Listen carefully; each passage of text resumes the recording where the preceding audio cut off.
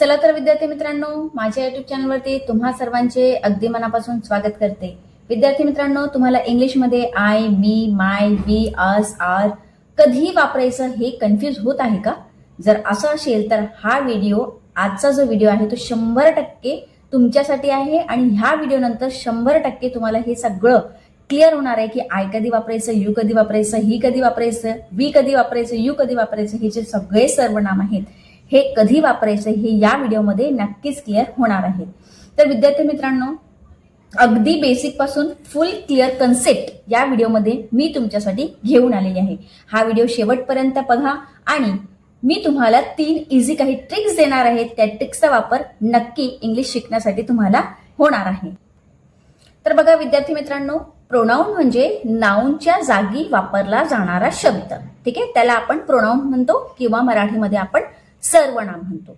तर बघा, समजा फॉर एक्झाम्पल जर मी या ठिकाणी घेतलं राम इज अ बॉय, हा एक सेंटेन्स घेतला मी, राम इज अ बॉय, ठीक आहे, राम इज प्लेइंग, ठीक आहे। तर राम हा जो नाउन आहे तो किती वेळा आला या ठिकाणी? 2 वेळा आला। तर ते न वापरता आपण कसला वापर करू शकतो?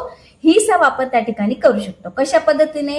Ram is a boy, he is playing, म्हणजे आपण काय केलं की नाउनच्या जागी आपण प्रोनाउनचा वापर केला, ठीक आहे। इथपर्यंत तुम्हाला समजलं असेल। तर प्रोनाउन किती प्रकारचे आहेत? तर 3 प्रकारचे प्रोनाउन असतात, ठीक आहे। फर्स्ट पर्सन, सेकंड पर्सन आणि थर्ड पर्सन, ठीक आहे। परत एकदा मी रिपीट करते, जे प्रोनाउन्स आहेत हे प्रोनाउन्स 3 प्रकारचे असतात, फर्स्ट, सेकंड आणि थर्ड, ठीक आहे। पहिला, दुसरा आणि तिसरा। मग फर्स्ट पर्सन मध्ये आय, वी येणार आहे। आता ह्याच्यामध्ये एक वचन आणि अनेक वचन ही वेगळी गोष्ट आहे, पण एवढं लक्षात ठेवायचं आहे की फर्स्ट पर्सन मध्ये आय आणि वी हे असणार आहे, ठीक आहे। हा टेबल जो आहे, हा जो तक्ता आहे तो तुम्ही स्क्रीनशॉट काढून ठेवा किंवा लक्षात ठेवा। त्यानंतर सेकंड पर्सन मध्ये कोण येणार आहे? तर सेकंड पर्सन मध्ये यू आणि यू, म्हणजे ते एकवचनामध्ये सुद्धा यू वापरतो आपण आणि अनेक वचनामध्ये सुद्धा यू चा वापर केला जातो।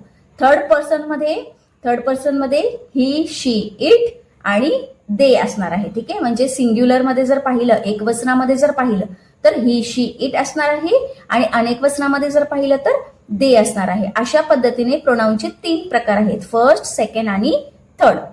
आता विद्यार्थी मित्रांनो, या ठिकाणी मी एक क्विक ट्रिक सांगते तुम्हाला, फर्स्ट, सेकंड आणि थर्ड प्रोनाउन्स कसे ओळखायचे, ठीक आहे। हे जे सर्वनाम आहेत ते कसे ओळखायचे? तर बघा, पहिला जो आहे ना फर्स्ट पर्सन, तर जो बोलतो तो फर्स्ट पर्सन, ठीक आहे, जो बोलतो आय, वी, ठीक आहे, हे फर्स्ट पर्सन मध्ये येणार आहे, ठीक आहे। त्याच्यानंतर जो ऐकतो, ठीक आहे, म्हणजे तुम्ही बोलत आहात आणि दुसरा समोरून एक ऐकत आहे, तर तो सेकंड मध्ये येणार, ठीक आहे। जो बोलतो तो फर्स्ट मध्ये, जो ऐकतो तो सेकंड मध्ये, म्हणजे यू आणि यू, मग ते एकवचन आणि अनेक वचन ही वेगळी गोष्ट आहे। आणि तिसऱ्यामध्ये म्हणजे थर्ड मध्ये ज्याच्याबद्दल बोलतो त्याच्यासाठी आपण सर्वनाम यूज करतो ही, शी आणि इट, ठीक आहे। तर तिसऱ्यामध्ये कोण येणार आहे? ज्याच्याबद्दल आपण बोलतो तो। फर्स्ट मध्ये कोण येणार आहे? जो बोलतो तो। सेकंड मध्ये कोण येणार आहे? जो ऐकतो तो, ठीक आहे। म्हणजे समजा मी बोलत आहे तर आय, ठीक आहे, मी ज्याच्याशी बोलत आहे तर तो यू असणार आहे आणि थर्ड पर्सन मी ज्याच्याबद्दल बोलत आहे तो ही, शी, इट असणार आहे। ओके, इथपर्यंत समजलं तुम्हाला? आता विद्यार्थी मित्रांनो, आपण एक वचन आणि अनेक वचन व्यवस्थित पाहून घेऊया, ठीक आहे। तर बघा, आय हा एक वचन आहे, आयचा अनेक वचन असणार आहे वी, यू हा एक वचन आहे आणि यूचा अनेक वचन सुद्धा यूज असणार आहे आणि ही, शी, इट ह्याचा जो अनेक वचन आहे तो असणार आहे दे, म्हणजे ही, शी, इट हे जे प्रोनाउन्स आहेत त्याचं अनेक वचन हे दे असणार आहे, ठीक आहे। ही इज अ स्टुडंट, ठीक आहे, ही इज अ स्टुडंट, तो स्टुडंट आहे। पण जर एकापेक्षा जास्त असतील, ठीक आहे, तर आपण म्हणणार दे आर स्टुडंट्स। अशा पद्धतीने आपण या ठिकाणी सिंग्युलर आणि प्लुरल या ठिकाणी आपण पाहिलेलं आहे, एक वचन आणि अनेक वचन कोणते सर्वनामाचे असतात ते आपण या ठिकाणी पाहिलेलं आहे, ठीक आहे। आता विद्यार्थी मित्रांनो, हा पुढचा तक्ता आपण ह्या ठिकाणी पाहणार आहोत। तर हा जो तक्ता आहे तो अतिशय इम्पॉर्टंट आहे। हा तक्ता जर समजून घेतलं तर तुम्हाला जो प्रोनाउन मध्ये प्रॉब्लेम येत होता तो प्रॉब्लेम आता येणार नाही, ठीक आहे। प्रोनाउन तुमचं एकदम क्लिअर होऊन जाणार आहे। तर आता या ठिकाणी बघा नॉमिनेटिव्ह केस, ठीक आहे. नॉमिनेटिव्ह केसमध्ये कोण आहे तर बघा प्रथमा, ठीक आहे. आता मग ह्यामध्ये कोण कोण येणार आहे, म्हणजे नॉमिनेटिव्ह केसमध्ये कोण कोण येणार आहे. मग नॉमिनेटिव्ह केसमध्ये कोण कोण असणार आहे तर I, we, you, he, she, it आणि दे हे सगळे कशामध्ये असणार आहेत, नॉमिनेटिव्ह केसमध्ये म्हणजे प्रथमामध्ये असणार आहे, ठीक आहे. मराठीमध्ये जर सांगितलं तर जे काम करतात, ठीक आहे, जे काम करतात एवढं लक्षात ठेवायचं आहे. ते कोण कोण आहेत, I, we, you, he, she, it आणि दे हे नॉमिनेटिव्ह केसमध्ये म्हणजे प्रथमामध्ये म्हणजेच जे काम करतात त्याच्यामध्ये येणार आहेत. त्यालाच आपण सब्जेक्ट असं सुद्धा म्हणतो, ठीक आहे. फॉर एक्झाम्पल जर सेंटेन्स पाहिलं तर I am a teacher, they are playing, तर अशा पद्धतीने हे नॉमिनेटिव्ह केस असतात, ठीक आहे. त्याच्यानंतर आपण जाऊया ऑब्जेक्टिव्ह केस. तर ऑब्जेक्टिव्ह केसमध्ये कोण असणार आहे तर द्वितीया असणार आहे. ऑब्जेक्टिव्ह केसमध्ये कोण असणार आहे, द्वितीया असणार आहे. मग हे लक्षात ठेवायचं आहे फक्त बघा द्वितीयामध्ये कोण कोण असणार आहे, ज्यावर काम होतं ते, ठीक आहे, ज्यावर काम होतं ते. मग कोण कोण, मी, अस, यू, हिम, हर, इट आणि देम. मग या ठिकाणी मी म्हणजे मला, ठीक आहे. अस म्हणजे आम्हाला, ठीक आहे. परत एकदा सांगते, ज्यावर काम होतं ते, ठीक आहे, ते द्वितीयामध्ये येणार. ज्यावर काम होते, मी, मला, अस, आम्हाला, यू, तुला, यू, तुम्हाला, हिम, त्याला, हर, तिला, इट, त्याला आणि देम म्हणजे त्यांना. हे मराठीमध्ये तुम्ही लक्षात ठेवा आणि त्याच्यासोबत इंग्लिशमध्ये सुद्धा लक्षात ठेवायचं आहे. आता पुढे आपण जाऊया पॉझेसिव्ह केस. आता हे षष्टीमध्ये येणार, ठीक आहे. तर आता बघा या ठिकाणी कोण कोण असणार आहे तर बघा माय, माइन म्हणजे माझा, माझी, माझे, ठीक आहे. युअर तुझा, तुझी, तुझे. हिज त्याचा, त्याची, त्याचे. हर तिचे. इट्स त्याचा, त्याची, त्याचे, ठीक आहे. आणि अनेक वचनामध्ये आता ह्या ठिकाणी ना तिन्ही ह्याच्यामध्ये नॉमिनेटिव्ह केसमध्ये, ऑब्जेक्टिव्ह केसमध्ये आणि पॉझेसिव्ह केसमध्ये तिन्ही ह्याच्यामध्ये ना एक वचन आणि अनेक वचन हे असणारच आहे, ठीक आहे. तर हे झालं अनेक वचन आणि हे झालं एक वचन आणि अनेक वचनामध्ये आर किंवा आर्ट्स, आमचा, आमची, आमचे, ठीक आहे. युअर, युअर्स, तुमचा, तुमची, तुमचे.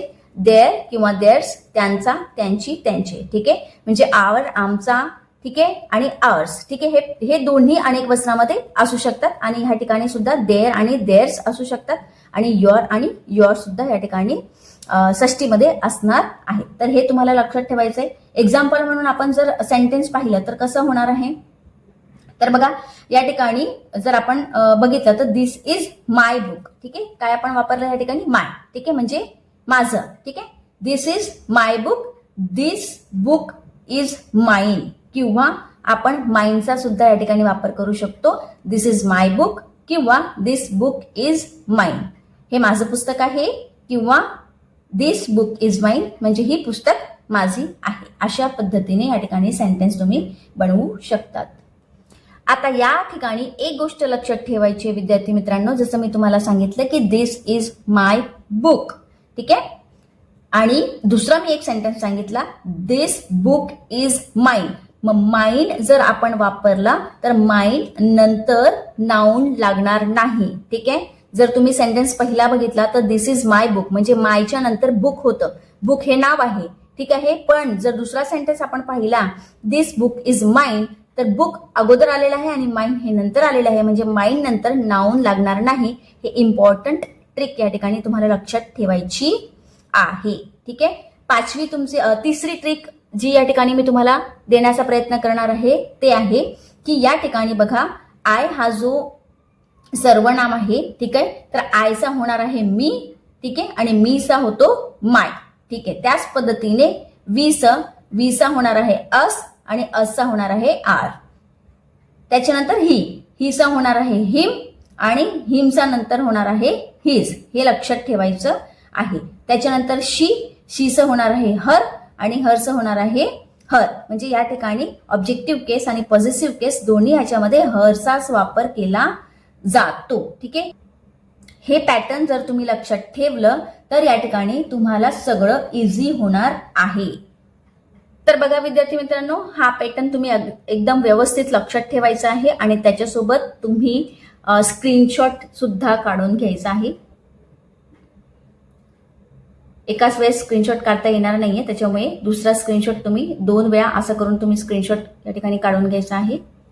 तर बघा विद्यार्थी मित्रांनो, एवढं जर तुम्हाला समजलं असेल तर मला कॉमेंटमध्ये नक्कीच आन्सर देण्याचा प्रयत्न करायचा आहे. बघा, शी लव्स डॅश. ठीक आहे, आई येणार की मी येणार हे मला पटकन जाऊन कॉमेंटमध्ये आन्सर करायचं आहे. शी लव्स डॅश, आई किंवा मी.